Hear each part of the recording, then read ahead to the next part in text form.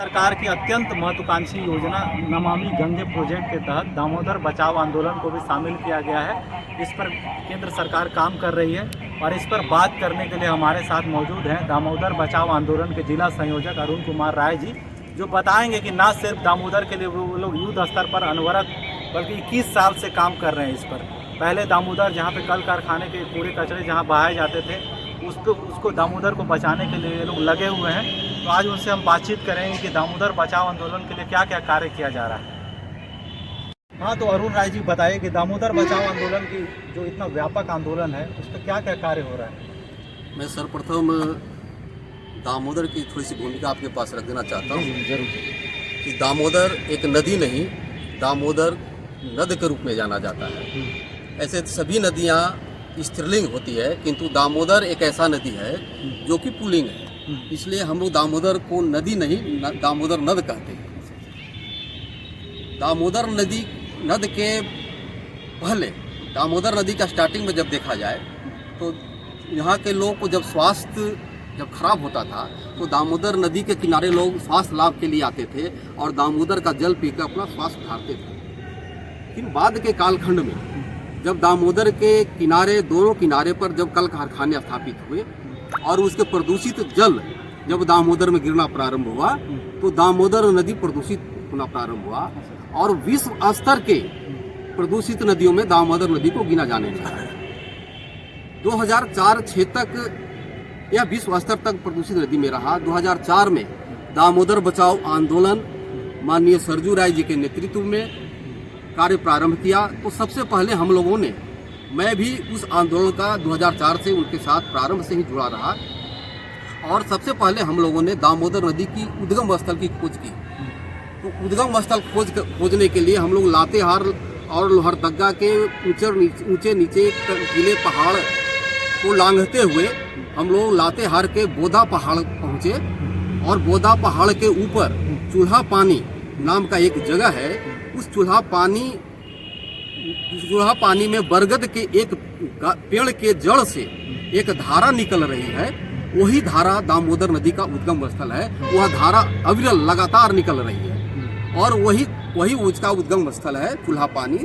और वहाँ से जब दामोदर बहती है तो लगभग 35 किलोमीटर तक केकराही तक दामोदर का पानी आज भी स्वच्छ माना जाता है। किंतु केकराही के बाद जब खिलाड़ी में हम प्रवेश करते हैं तो खिलाड़ी से दोनों किनारे पर दामोदर का कल कारखाना स्थापित प्रारंभ होता है और दामोदर प्रदूषित होना प्रारंभ होता है।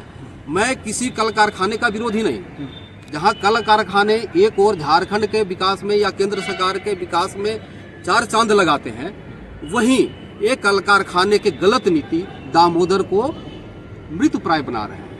इसलिए विकास के नाम पर विनाश की लीला को बर्दाश्त नहीं किया जा सकता। इसके लिए हम लोगों ने दामोदर बचाओ आंदोलन के बैनर तले एक अभियान 2004 से प्रारंभ किया जो लगातार आज तक चल रहा है। जब हम लोगों ने 2004 में यह कार्य प्रारंभ किया था तो दामोदर का जल का ऑक्सीजन समाप्त हो चुका था। जल के अंदर ऑक्सीजन जो होता है वो समाप्त हो गया था। जलीय जीव समाप्त हो गए थे।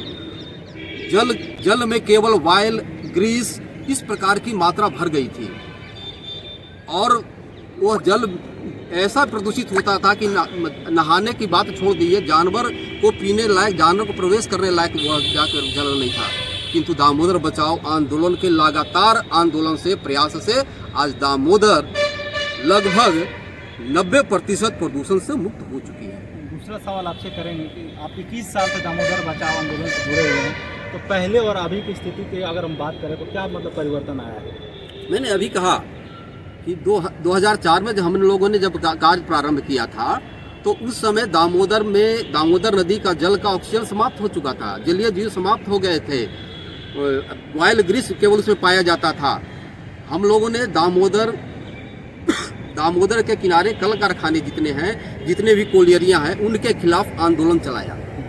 उनको प्रदूषण नियंत्रण के नियम को पालन करने के लिए बाध्य किया और वो लोग प्रदूषण नियंत्रण के नियम को जब पालन कर लिए तो आज दामोदर औद्योगिक कचरा से मुक्त हो चुका है लगभग 90%, और दामोदर का जल आज स्वच्छ हो गया। दामोदर के जल को यह इस प्रकार देखा जा सकता है कि आज वहाँ के आसपास के लोग दामोदर के जल को घर में उपयोग करने के लिए ले जा रहे हैं।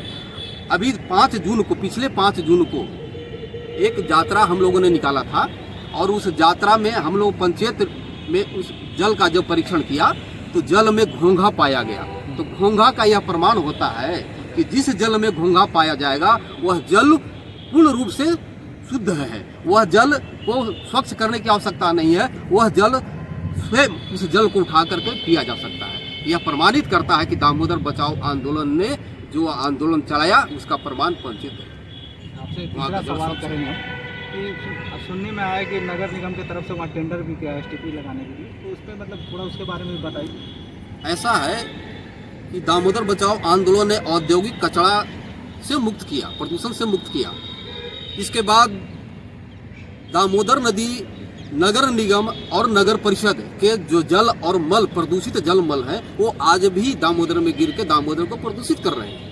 इसके लिए हम लोगों ने धनबाद में एक सर्वे चलाया कि दामोदर की जो सहायक नदी है, नाला है, जो दामोदर को प्रदूषित कर रहा है, उसका हम लोगों ने सर्वे किया, और सर्वे करके धनबाद उपायुक्त, नगर निगम, BCCL को हम लोग ज्ञापन सौंपा, सर्वे रिपोर्ट सौंपा कि आप किस प्रकार दामोदर को प्रदूषित कर रहे हैं। इसके आधार पर इसी बीच दामोदर बचाओ आंदोलन के प्रयास से दामोदर नदी को प्रदूषण मुक्त करने के लिए दामोदर नदी को नमामि गंगे योजना में शामिल कर लिया गया। हमारी प्रयास से, हम लोग के आंदोलन से नमामि गंगे योजना के तहत आज धनबाद में 5 स्थानों पर सीवरेज ट्रीटमेंट प्लांट की स्वीकृति मिल गई है, और कल के अखबार में जो छपा है कि उस स्वीकृति को टेंडर हुआ है और किसी कंपनी को टेंडर भी मिल गया है। अब वो कार्य प्रारंभ होने वाला है।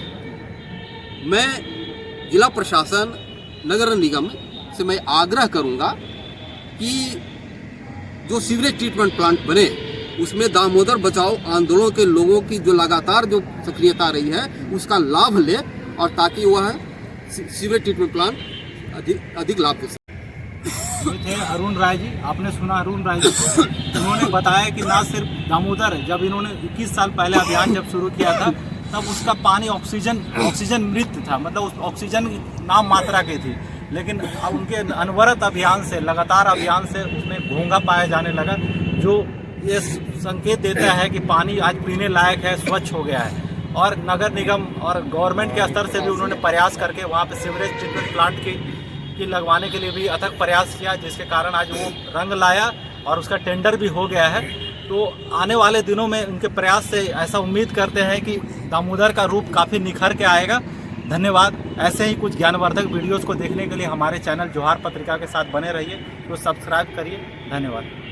तो आपने सुना अरुण कुमार राय जी को, और हमारे साथ उनके सह संयोजक भी हैं सुनील कुमार उराव जी, जो उनके साथ कंधे से कंधे मिलाकर काम कर रहे हैं, और हमारे इस कार्य में धनंजय जी का भी काफ़ी सपोर्ट रहा।